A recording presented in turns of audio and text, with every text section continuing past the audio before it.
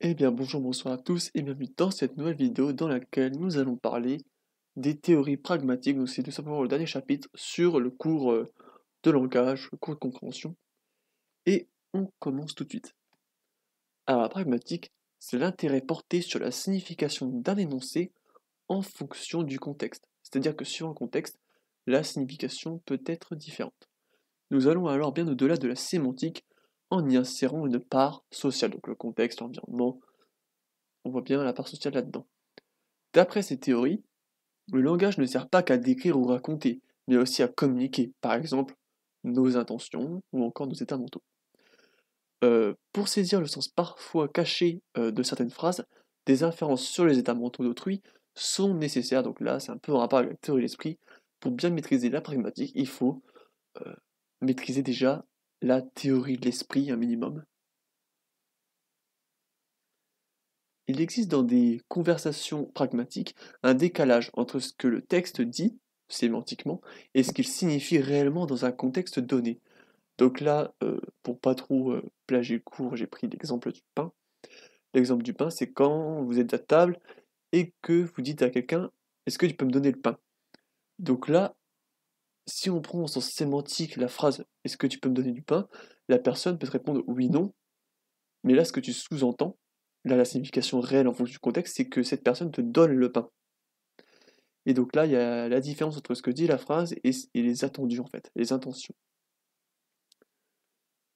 Des connaissances doivent alors être mobilisées pour comprendre la signification réelle de la phrase, un peu cachée, dans le contexte donné.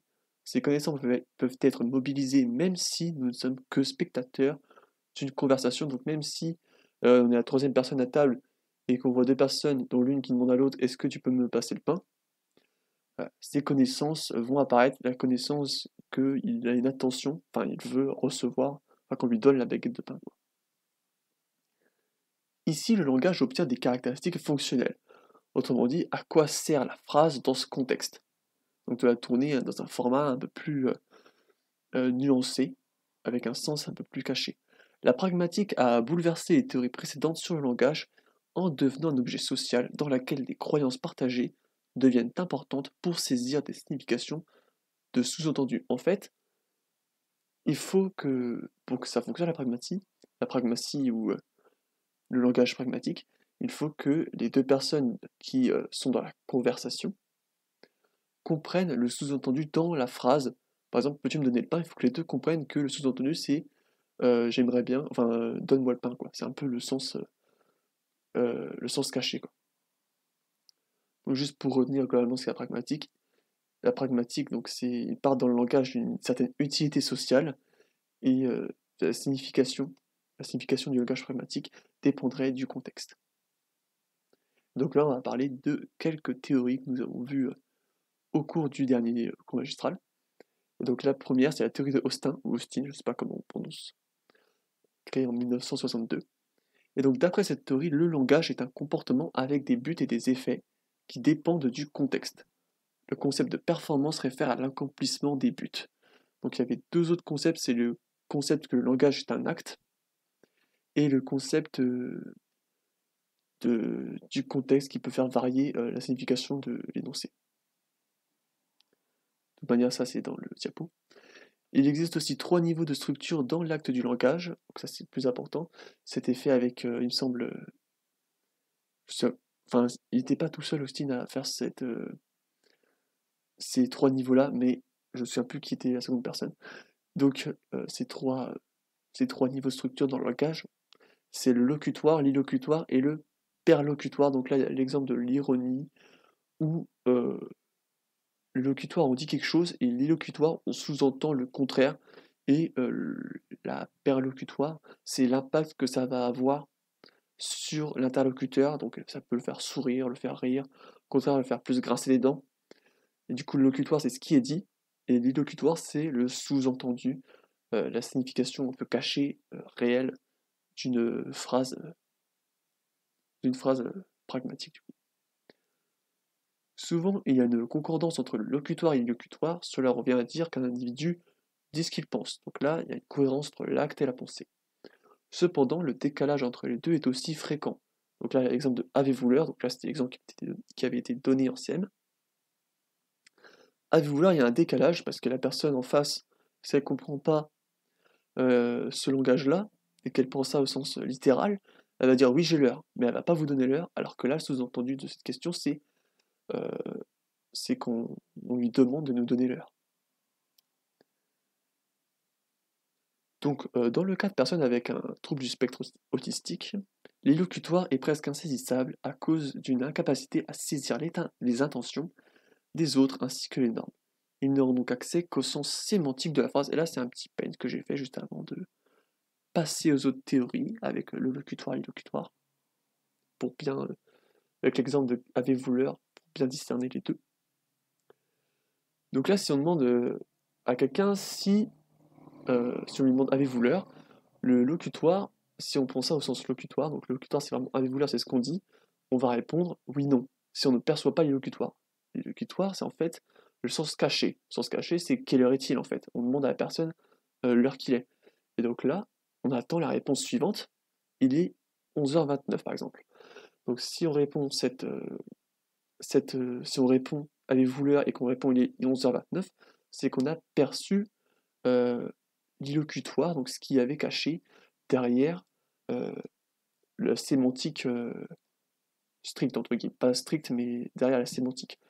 Alors, le problème avec le trouble du spectre autistique, c'est qu'on va percevoir uniquement le locutoire et pas l'illocutoire, tout simplement parce qu'ils vont pas être capables de, euh, de prendre conscience des intentions des autres. Donc là, l'intention, par exemple, quand on demande si avez-vous l'heure, c'est en gros, on pose intentionnellement, c'est cette question-là qui est cachée en fait. Donc ils vont saisir que le sens locutoire, donc que le locutoire de l'acte du langage, et donc ils vont juste répondre oui j'ai l'heure ou non je n'ai pas l'heure. Voilà, c'était la petite distinction en espérant que ça vous aide à un peu mieux comprendre. Alors oui j'avoue qu'il n'y a pas beaucoup de paint pour une fois, j'en ai mis qu'un seul. Et donc on passe à la théorie de Grice, qui a été élaborée de 57 à 69.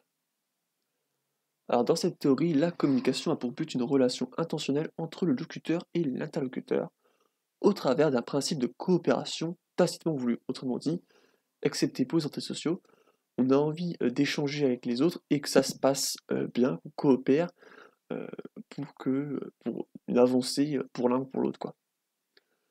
Donc pour respecter ce principe de coopération, des maximes conversationnelles seraient présentes.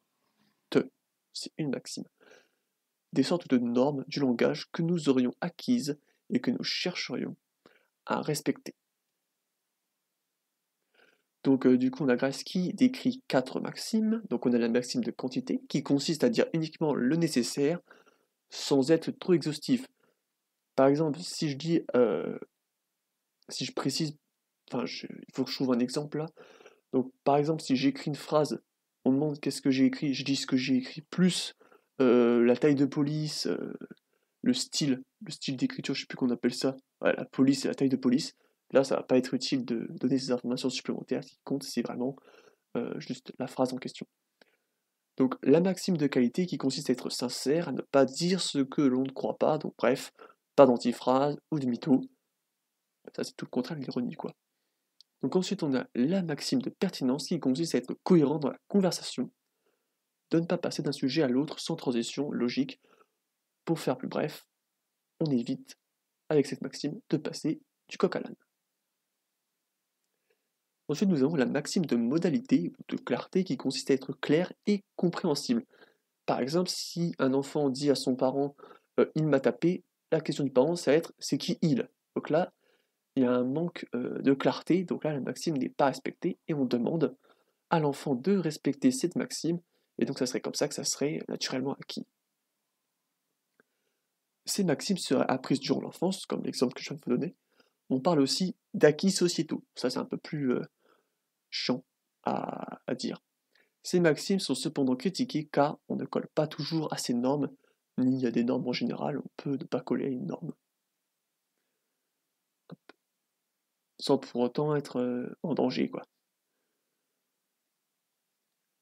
Donc la théorie christienne, donc la petite adjectif, voilà, donc c'est vraiment la théorie christienne qu'on peut dire, introduit aussi une notion d'implication conventionnelle et conversationnelle. La première implicature consiste à saisir la sémantique, donc la sémantique un peu sous-entendue, quoi, l'illocutoire, au travers d'inférences en utilisant le contexte. Donc, on sait du contexte euh, pour comprendre la sémantique, pour atteindre cette sémantique. Donc la seconde applicature consiste à inférer au travers des maximes des intentions réelles de la personne pour y répondre de manière adaptée. Donc la signification d'une phrase passe donc par ce qui est dit et ce qui est impliqué. Donc on dit quelque chose et il y a autre chose qui est impliqué. L'exemple de l'heure, on demande si on a l'heure et ça implique qu'on donne l'heure. Donc là, il y a une différence entre les deux.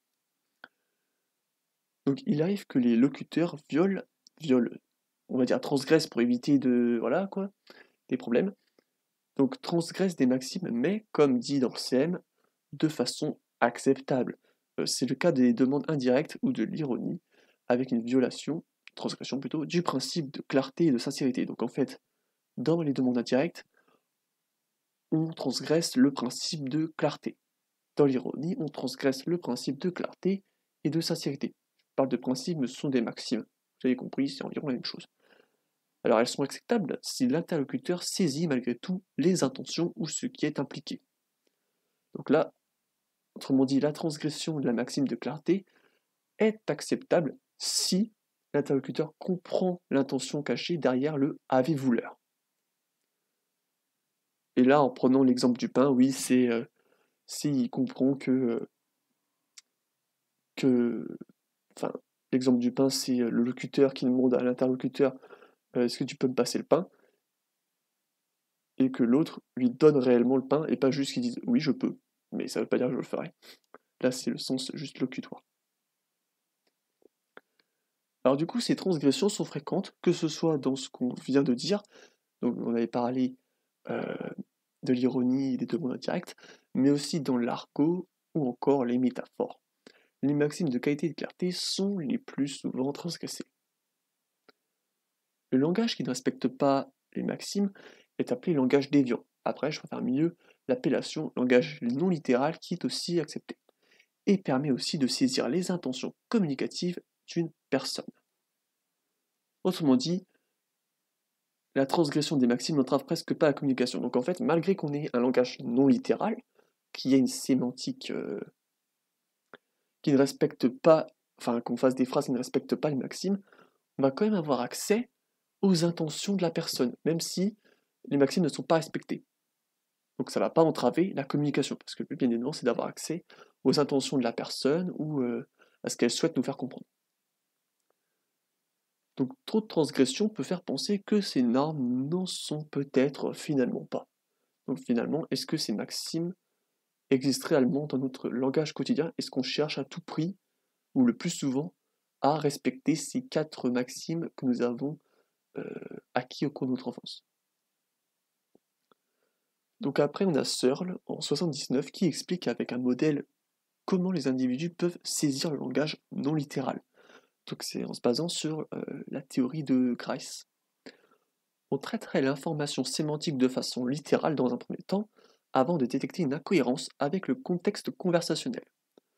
Une production d'inférence serait alors effectuée sur les intentions du locuteur, transgressant une maxime. Autrement dit, si on suit la logique de Searle, c'est plus coûteux pour l'interlocuteur si le locuteur utilise un langage non littéral. Donc autrement dit, le littéral serait dans tous les cas mieux. Et du coup, parallèlement à cette idée que la transgression des maximes entraîne des étapes supplémentaires et des inférences d'attention, peut-être que le langage déviant est en réalité plus impactant pour l'interlocuteur, ce qui expliquerait qu'il puisse être parfois privilégié. Effectivement, si ça fait qu'ennuyer l'interlocuteur, que ça le ralentit dans son traitement d'informations, qui met du temps à comprendre vos intentions, pourquoi on utiliserait du langage non littéral comme l'ironie, comme les questions indirectes? Et donc nous passons, pour répondre à cette petite question, à la théorie de la pertinence de Sperber et Wilson en 86. Donc là, il s'agit de la théorie qui fait aujourd'hui le plus consensus. Les individus ne sont guidés que par un seul principe dans leur conversation, le principe de pertinence. Ce principe différent de celui de Christ, donc là, il faut bien distinguer, là, c'est pas juste là, ce principe-là, ne passe pas du coq à l'âne, c'est autre chose, ce principe. Ce principe, donc pour cette théorie de la pertinence, consiste à produire un effet maximal sur l'interlocuteur pour un minimum d'effort ou de coût cognitif pour le locuteur, donc pour nous qui disons, qui communiquerons à notre interlocuteur, notre personne face à nous. Donc on a un ratio coût-bénéfice qui nous incite alors à utiliser le langage le plus percutant en fonction de la situation. Donc le but c'est toujours faire le moins d'efforts possible pour avoir un maximum d'impact. Ça serait ça, théorie de la pertinence. Et donc on choisit le meilleur langage pour avoir le meilleur ratio possible. Cet effet recherché peut être la compréhension de nos intentions ou encore une modification de la représentation du monde de l'individu. Donc ça, c'est qu'est-ce qu'on cherche à faire chez autrui en communiquant avec lui. Donc faire comprendre nos intentions ou encore, oui, modification de la représentation du monde. Donc là, je fais l'exemple du fruit versus légume, je vais le dire un peu rapidement, mais c'est autrement dit, euh, pour changer votre représentation de qu'est-ce qu'un fruit et qu'est-ce qu'un légume, ce que je peux dire, c'est qu'au sens botanique, un fruit, ça contient euh, des graines ou un pépin ou un noyau. Donc, ce que je vais vous dire par là, pour vous faire peut-être changer votre représentation un peu du monde, c'est que tout ce qui a pépins, graines, des trucs comme ça, noyaux, c'est un fruit. Donc, ça veut dire que le concombre est un fruit, au sens botanique, la courgette est un fruit, au sens botanique, ou encore l'aubergine est un fruit, au sens botanique, bien évidemment. Il y a toujours des légumes qui restent des légumes, par exemple le navet reste un légume, la pomme de terre reste un légume, car ce ne sont pas des fruits, ils ne contiennent ni de graines, ni de noyaux, etc. Donc là, c'est un peu pour un exemple de, là, je cherche à modifier votre représentation du monde, mais là, j'ai utilisé énormément de coups cognitifs, donc je n'ai pas été très pertinent sur ce coup-là. Ainsi, le principe de pertinence est respecté lorsqu'on modifie efficacement les pensées de quelqu'un avec peu de mots. C'est tout ce que je ne viens pas de faire. Donc là, effet fort, faible coût. J'espère que je n'ai pas trop gueulé au micro parce que je me rends compte que j'ai un peu trop braillé. Pour respecter ce principe, nous choisissons le langage le plus pertinent. L'art oratoire est un exemple de discipline qui vise à être pertinent. Donc l'art oratoire, c'est à être efficace pour modifier, faire changer d'avis la personne en face de nous dans un débat, etc. On peut penser aux politiciens. C'est pas pour autant que j'adhère à la réforme des retraites. Cette théorie fonctionnelle fonctionne. Ah oui, alors là, c'est vraiment horrible. Donc cette théorie fonctionnelle, je sais pas comment le dire autrement, fonctionne empiriquement mieux que celle de Grice. En effet, elle permet d'expliquer l'utilité du langage déviant. Donc là, en fait, le langage déviant serait juste, dans certains contextes, plus efficace, et c'est ainsi pourquoi nous l'utilisons. Donc contrairement à ce que disait Searle en 79, il n'y aurait peut-être pas des étapes forcément supplémentaires à faire. Donc dans cette théorie, les individus ont deux types d'intentions, les informatives et les communicatives. L'intention informative est la volonté de faire comprendre à l'interlocuteur l'énoncé dans le contexte donné. Nos attentions, on va produire des inférences. Donc ça, c'est des exemples de qu'est-ce qu'on peut vouloir chercher à faire comprendre à notre interlocuteur. Pardon. Donc l'intention communicative est lorsque les deux individus d'une conversation connaissent le décalage et ainsi l'objectif d'avoir telle info dans le cas du non littéral. Donc là, l'exemple de l'enfant grondé, donc c'était l'exemple donné lors du CM. C'était un enfant qui fait des bêtises dans un parc. Donc il y a d'autres enfants avec d'autres mères. Donc là, il y a la mère qui vient chercher l'enfant pour le gronder parce qu'il fait des bêtises. Je sais pas, il embête les autres enfants par exemple. Donc là, euh, l'intention informative, c'est d'informer l'enfant d'arrêter ses comportements déviants, sinon ça va mal finir. Et l'intention communicative, c'est le décalage, c'est de faire comprendre aux autres mères que nous, en fait, on gère notre enfant, quoi. Donc c'est encore une intention un peu plus cachée. Nous aurions un accès direct à l'élocutoire du langage non littéral. Avec une bonne expression de ce langage, l'impact peut donc être direct sans trop faire d'efforts cognitifs. Donc là, ça va au contraire, c'est un peu le contraire de ce que disait Searle en 79, juste ici. Donc c'est d'ailleurs cette raison qui inciterait la production de langage littéral, impacter directement l'interlocuteur ou lui faire comprendre quelque chose très efficacement grâce à l'utilisation du langage non littéral. Autrement dit, il serait utile, ce ne serait pas juste un frein à la compréhension. Et donc là, on passe à l'impact dans le champ de la psychopathologie. Donc là, on a bientôt fini, on a fini une théorie. Une altération de notre système cognitif entraîne une difficulté à comprendre le langage non littéral. On parle alors de déficit pragmatique. Elle est présente dans de nombreux troubles comme l'autisme, la schizophrénie ou encore dans les traumatismes crâniens. Là, il y avait énormément de références qui étaient données dans le diapo du cours magistral. Je ne suis pas sûr qu'elle soit à connaître. Elle peut donc être altérée dans des troubles développementaux acquis ou encore pathologies psychopathologiques. Donc là, avec un exemple pour chaque, troubles développementaux, autisme, acquis, traumatisme crânien, troubles psychopathologiques, la schizophrénie. Voilà. Donc le traitement de ce langage pragmatique est en fait celui qui nous demande d'être le plus abouti dans la maîtrise langagière. Une maturation longue est donc nécessaire.